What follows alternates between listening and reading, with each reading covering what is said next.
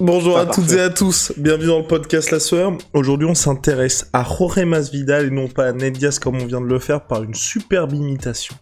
On s'intéresse à Jorge Masvidal et à Jake Paul parce que oui, ça chauffe entre les deux hommes, il y a des propositions, même si le choc paraît assez improbable, c'est ce qui est en train de se tramer en coulisses. Est-ce qu'on lancerait pas le générique, Rusty? Générique. Swear.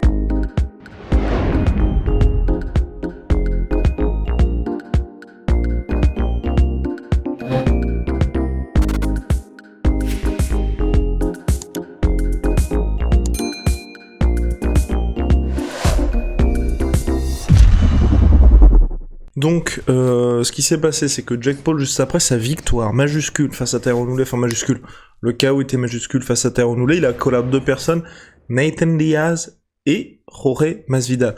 Jorge Masvidal qui a répondu ensuite par une vidéo sur les réseaux sociaux, et ensuite Jake Paul qui là dans le podcast de son frère, je crois dans Impulsive Podcast, a fait une offre de 5 millions en fixe plus bonus en pay-per-view pour que Jorge Masvidal vienne en boxe anglaise. Masvidal a ensuite répondu sur ses réseaux sociaux, sur Twitter précisément, que l'UFC ne le laisserait pas partir pour un montant si ridicule, mais il a donc fait une contre-proposition de 20 millions de dollars en fixe, plus bonus pay-per-view.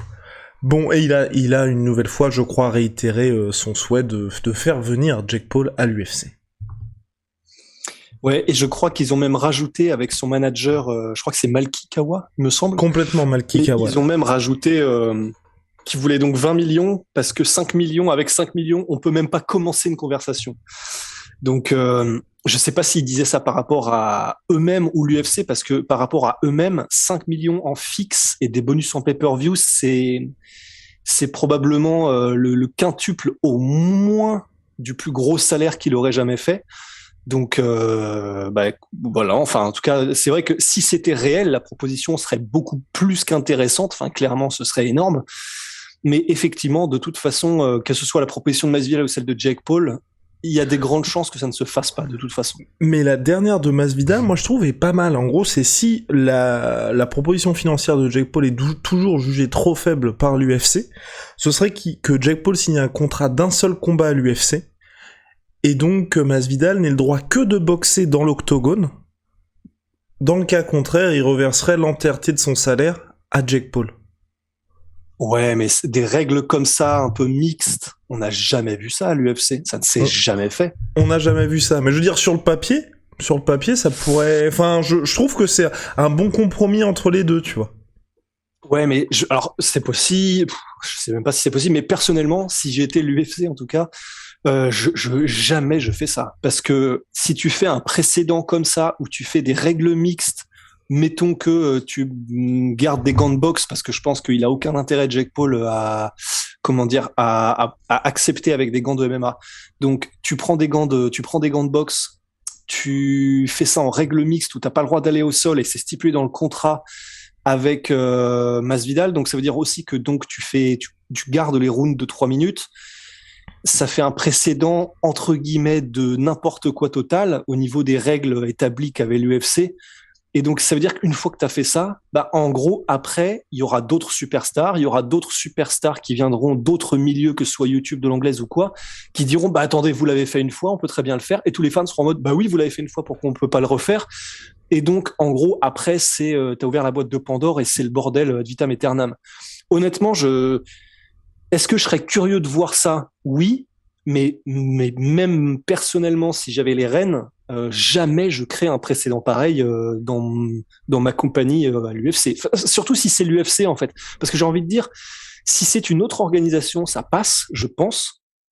Mais l'UFC, vraiment, il y a tellement une partie de leur image qui est basée sur vraiment le côté quadrillé, rigoureux de tout ce qu'ils ont mis en place, que c'est pas comme le K1 au Japon ou le truc où ils peuvent faire des règles mixtes, ou le ONE FC où ils font du MMA, du Muay Thai avec des mitaines ou des trucs comme ça, où ils vont faire avec Rodtang et Demetrius Johnson des règles complètement mixtes, des hybrides et tout.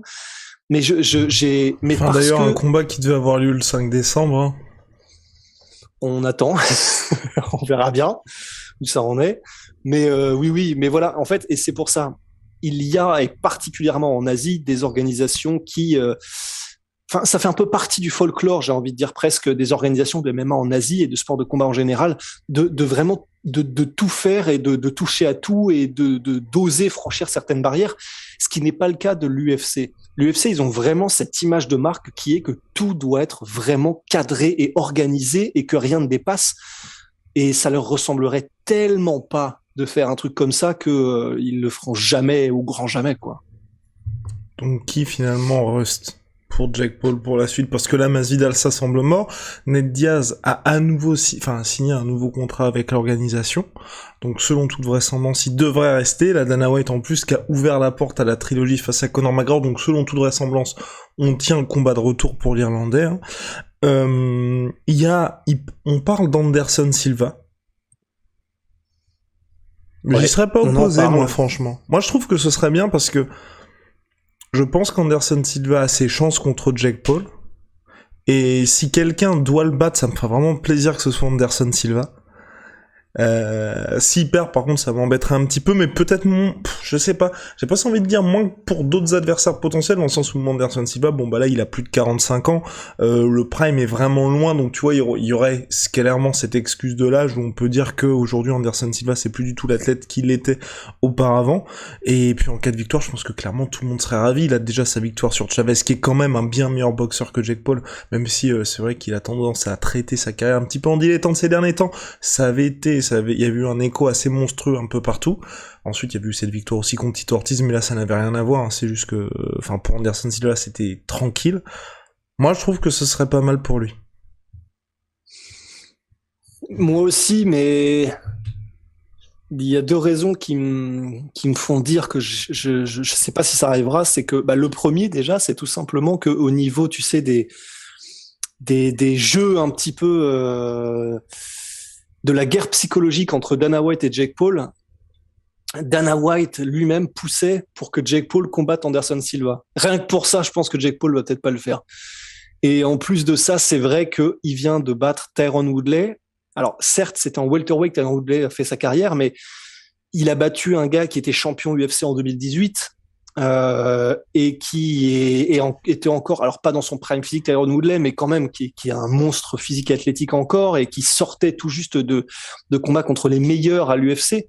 Anderson Silva, ça fait un bout de temps effectivement déjà qu'il en est sorti de l'UFC. Et je pense effectivement, la deuxième raison, c'est que je sais pas, j'ai le coup, comme tu viens de le dire, de les critiques qui diront juste après que si Jake Paul bat Anderson Silva, bah oui, mais il a pris un mec de 45 ans, à quoi on joue? Entre guillemets, avant même que le combat commence, je pense que Jake Paul aura un peu la flemme de recevoir ces critiques-là. Mais d'un autre côté, qui d'autre, quoi? Et c'est vrai qu'effectivement, c'est là où t'as raison. Vraiment, qui d'autre? Ouais, parce que là, vraiment, à mon sens, moi, c'est en train de se resserrer les options possibles pour Jake Paul, parce que on en parlait de toute façon quand on a fait l'analyse du combat contre Tyron Woodley. Je pense que c'est acté aujourd'hui pour pas mal de gens, ça va jamais devenir un très très grand boxeur. C'est assez limité les options possibles pour lui, et ça ne fonctionne, à mon sens, que tant qu'il gagne. Et là, le problème, c'est que qui peut-il battre? Je pense que c'est de plus en plus compliqué, à mon avis, parce que contre Tommy Fury, je reste convaincu que ça peut être assez compliqué. Et donc, il est condamné à affronter des anciens des anciens combattants de MMA. Faut que ce soit des anciens combattants de MMA qui soit toujours actif, ou en tout cas, tu vois, un certain statut, parce que lui fonctionne avec le pay-per-view. Là, je vais d'ailleurs être très curieux de voir les chiffres de la revanche contre Tyron Woodley, et il n'y a pas des masses de gains, il n'y a pas des masses d'options possibles pour lui, parce que soit les mecs sont complètement verrouillés, ou soit on a des athlètes qui sont rincés de chez rincés. Ouais. Parce que là, je voyais, il y a des gars, franchement, ça m'a fait tellement rire. Marvin Vettori, Derek Bronson, qui veulent le combat. Oui, j'ai vu ça. Ça, tu vois, je trouve que c'est triste. C'est vraiment, je sais pas ce que vous en pensez, d'ailleurs, vous, auditeurs, parce qu'on sait que vous nous écoutez en podcast audio sur Spotify, Apple Podcast, Google Podcast, et j'en passe. mais aussi sur YouTube. Je trouve que ça donne vraiment une mauvaise image du MMA quand on a Vettori, Bronson, qui sont à 2 victoires du combat pour le titre, surtout Bronson qui affronte Jared Cannonier qui est numéro 3 en janvier prochain lors de l'UFC 270. Donc des gars qui sont à ça, littéralement, d'avoir le title shot UFC, qui vont quand même chercher un money fight face à Jake Paul. Enfin, je trouve que c'est d'une tristesse. Et surtout en plus, j'ai envie d'ajouter, ils perdraient tous les deux contre Jake Paul. Enfin, je pense que vraiment les deux en boxe anglaise pure, tu vas me dire si t'es d'accord ou pas. Je pense qu'ils perdent contre Jake Paul et à part tu vois le poids où ils se rapprochent effectivement de la catégorie cruiserweight puisqu'ils sont en middleweight, tout le reste serait contre eux dans un combat qui est purement en boxe anglaise. Ouais, je pense que Derek Bronson particulièrement, je pense qu'il Oui. serait allumé. Marvin Vettori, en fait, j'y réfléchissais ce matin, je me disais, c'est un peu une version plus de Ben Askren, dans le sens, il est quand même bien meilleur en boxe que Ben Askren, mais qui n'est pas bien meilleur en boxe par rapport à Ben Askren. Oui, cela dit. mais disons, déjà, il est beaucoup plus gros que Ben Askren et il a un bien meilleur bagage en striking que Ben Askren, mais c'est pas non plus là où il brille de mille feux non plus. Et tu lui enlèves, je pense, cette double menace pour les changements de niveau. Je pense que tout de suite la boxe, on fait ah oui d'accord. Ouais, c'est ça. T'enlèves le clinch et les changements de niveau, je suis carrément d'accord. Après, ce qu'il a pour lui, comme Ben Askren, mais là pour le coup vraiment hardcore, c'est son menton. Enfin, il pourra prendre des bombes sur des rounds et des rounds de la part de Jake Paul. Et on a vu que Jake Paul fatiguait rapidement. Mais ouais, non, effectivement, ce serait. Mais de toute façon, c'est ce que disait Jake Paul. C'est le cheval de bataille de Jake Paul par rapport à l'UFC. Il a pris cet angle de je vais exposer Dana White et l'UFC par rapport au paiement de leurs athlètes. Donc, ça, c'est quelque chose qui est pas plus mal. Ça, c'est clair que, honnêtement, c'est un peu inespéré, tu vois, mais le fait que Jake Paul utilise sa notoriété et tout ce qu'il fait là pour ce sujet-là, je pense que c'est inespéré et beaucoup de gens sont en mode, ok, merci. Je comprends pas pourquoi tu fais ça, mais merci. Parce que voilà, c'est cool que ce soit qu'ils mettent ça en lumière, mais effectivement c'est un peu triste aussi parce que donc on se rend compte que tout le monde, littéralement tout le monde, est prêt à combattre Jake Paul pour le bif et personnellement, je leur en veux absolument pas. On ferait probablement pareil dans leur situation. Si c'est la plupart des combattants le disent eux-mêmes, ce sont des prize fighters, ils combattent aussi pour l'argent parce que c'est leur métier, même s'ils adorent ça. Et personne ne les en blâmera jamais. Donc, on aurait fait pareil. Force à eux s'ils arrivent à avoir le combat. Mais effectivement, c'est un petit peu triste qu'ils soient obligés d'aller, entre guillemets, mendier un peu un combat contre Jake Paul pour avoir le money fight, quoi. Affaire à suivre en tout cas mon cher Russ, mais on en parlait, c'est vrai que pour Masvidal c'est peut-être ce qui lui permet aussi de rester dans le jeu, parce que dans cette catégorie welterweight où il y a quelqu'un qui commence à me surprendre, moi en tout cas, c'est Belal Muhammad. Certes c'est peut-être pas le meilleur de la catégorie, mais en tout cas je pense que c'est un des meilleurs dans l'application d'un game plan. Ce qu'il a réussi à faire face à Wonderboy, ça m'a vraiment impressionné. Il monte vraiment dans petit à petit. Là c'est peut-être lui qui va même affronter Khamzat Chimaev, et je trouve que il se passe des choses un petit peu chez les welterweight, et là j'ai l'impression, tu vois, que Masvidal, c'est le train est peut-être passé pour lui, et que des gens comme Belal Muhammad, comme Gilbert Burns, qui ne font pas du tout les tatillons, si on leur propose un gars, et ils vont être prêts, même dans une moindre mesure, bien évidemment, Luque qui lui aussi est très très très volontaire par rapport à quasiment tous les combats qui lui sont proposés. Je peux dire que c'est inquiétant pour Masvidal, mais on voit clairement que l'UFC n'a pas envie d'attendre tel ou tel combattant. Ouais, non, c'est clair, et c'est vrai que là, je suis d'accord avec toi, je saurais pas le décrire, mais avec Belal Muhammad, j'ai vraiment eu ce côté, putain, le cadavre recommence à bouger, en fait. Dans le sens, le cadavre de la division top 5 welterweight recommence à donner un peu signe de vie. Je croyais que tu parlais du cadavre de Belal Muhammad. Je me disais. Oh, non. La violence, t'imagines. Non, le cadavre du top 5, en fait, parce que, à part Kamaru Usman qui affronte tout le monde et qui s'en bat la race, à part ça, personne ne voulait s'affronter. Et c'est vrai que là, Belal Muhammad, qui vient de battre Wonderboy Thompson et qui est donc tout à fait légitime pour commencer à vraiment activer un peu tout le monde dans le top 5, il est chaud pour affronter Khamzat, il est chaud pour le titre, il est chaud pour affronter tout le monde. Il est chaud pour Leon Edwards. Il est chaud pour Leon Edwards. Oh, ben oui, pour la revanche, bien sûr. Et j'ai envie de dire, c'est peut-être lui finalement le sauveur de cette catégorie welterweight, quoi. Et ça fait vraiment, vraiment du bien. Parce que je suis d'accord avec toi, Masvidal, là, en fait, depuis un an, je pense que c'est à peu près un an, c'est un peu la chute libre, je trouve, Masvidal, auprès de, enfin, disons, dans l'opinion qu'ont les fans de lui, j'ai l'impression, le grand public, et dans sa carrière sportive, parce que soit il perd des combats, soit c'est pas qu'il les refuse, mais c'est il est blessé, donc, apparemment. Donc, il se passe plus rien, et quand il se passe des trucs, c'est un peu cringe. Donc parce que par exemple, la réponse à Jake Paul, il l'a fait immédiatement dans la seconde après s'être barré de l'arène dans une salle rouge un peu bizarre. Il a répondu, mais vraiment, c'était une réponse en mode, vraiment à la seconde où il est rentré chez lui, il a déposé son sac et il est dans sa pièce rouge et il a fait la vidéo pour la poster immédiatement. Enfin, vraiment comme si, il n'attendait que ça et que c'est sa vie tournée autour de ça, en ce moment. Pour un mec dans le top 5 de la division welterweight de la première organisation mondiale de MMA, je sais pas, c'est bizarre en fait.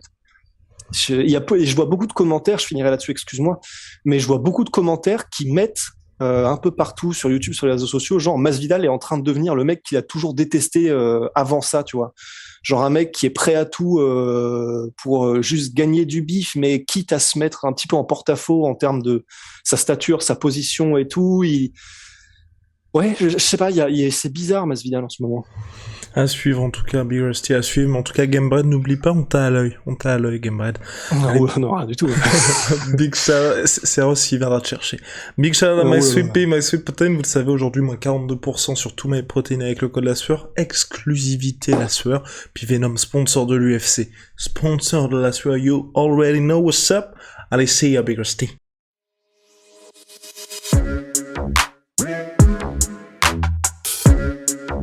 Yeah.